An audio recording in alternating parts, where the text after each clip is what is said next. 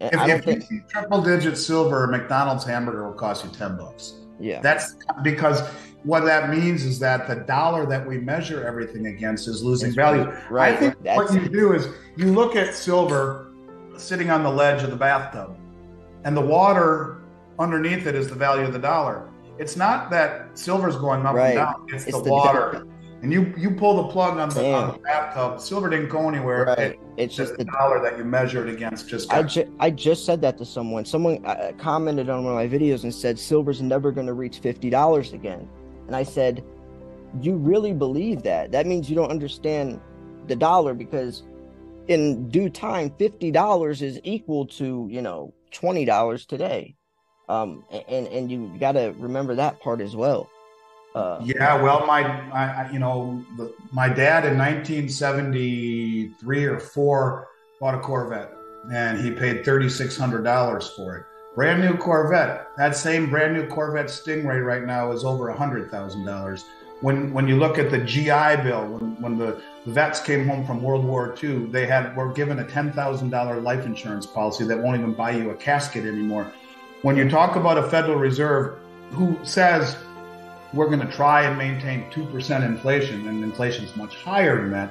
But even at 2% inflation, what you're witnessing is the constant devaluing of the dollar. And the 2% is a lie, because the way that they measure it excludes the things that are inflating, the things that we need, not the things that we want, which might be deflating. Things that we need are going up. Any way you look at it, the dollar is poised to lose value globally. And when people say, well, inflation might be coming down, no, it's not coming down. All of the money that's been cranked into the system since 2008, a lot of it has been holed up in financial assets. So Yeah. when you see,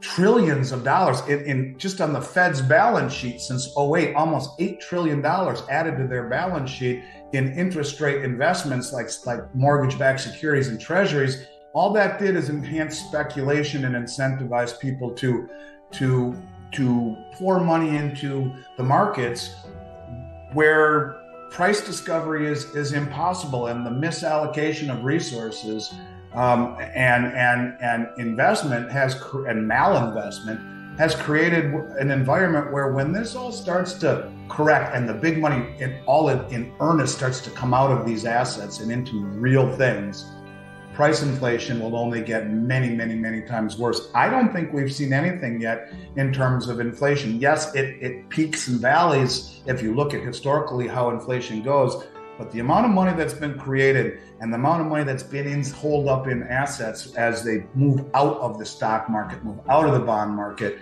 and into real things, this ain't over yet. And we see the world dump dollars. It's a whole new mountain of hell that it's a religious experience when the whole world dumps dollars.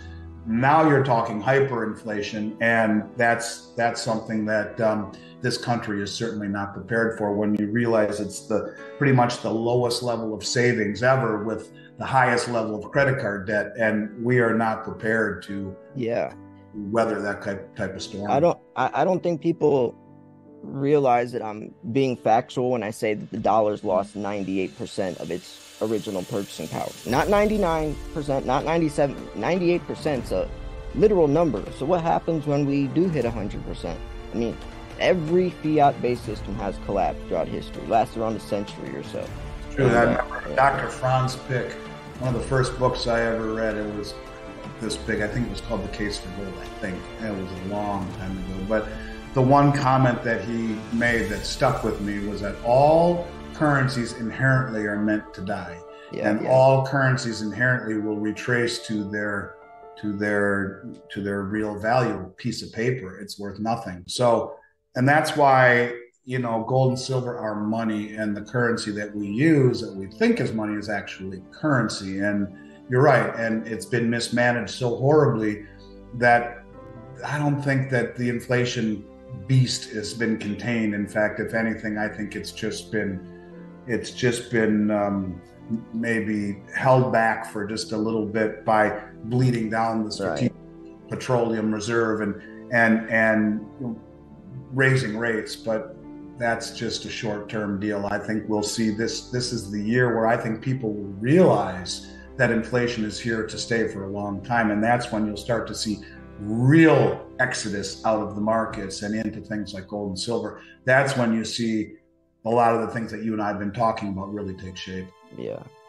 So I did want to mention something else. It's kind of shift gears here. Do you see premiums rising or falling in the next year or so?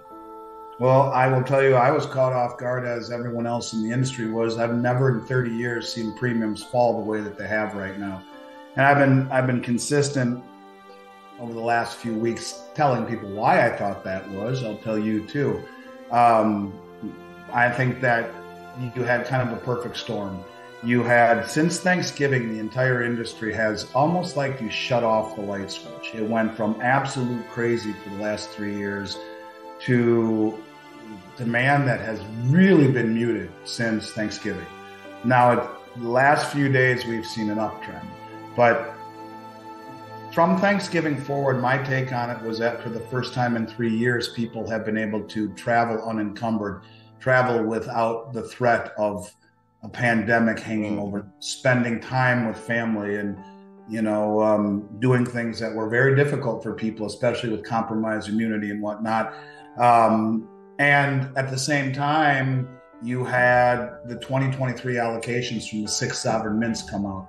So you had an influx of supply coupled with people just checking out. I know I wanted to so badly from the day Thanksgiving hit to New Year's. I just wanted so badly to try and check out because, like everyone else, being holed up and being caged up and having all of these restrictions on top of dealing with a world that seems to be spinning out of control, I wanted to let go. And I think people felt the same way. Now you put that into a mix of increase of supply. The primary distributors, there's a handful of them out there. They have huge commitments to the mints that they'll take, millions and millions and millions of dollars worth of their gold, silver, and platinum, and some cases palladium and whatnot, and they have to buy it from them. Those are the contracts that they have. And so you have a situation where there's a huge influx of supply. At the same time, there's a turn down in demand because people are just out living life for the first time with family and friends in 3 years in terms of the holidays. So the premiums have come down to the lowest level we have seen since the pandemic started. Do I think things have changed? Not even a little bit. I think this is the sweetest spot that you could find to buy metal right now, where we're selling silver maple leafs on special right now at $419 over spot. They've been double that for the last 2 years, 3 years. But here again, we, the people owning metal, such a small portion of the overall picture. And I think the realization this year will be that markets are in trouble. And as you see people start to look for alternatives, remember, 0.5% allocation to precious metals across the whole U.S. matrix, from the Harvard Endowment Fund all the way down to Joe's six-pack. If that number goes to 5%, keeping in mind over the last 40 years, the mean, the average has been 2.5%, the high point 8% in 1980.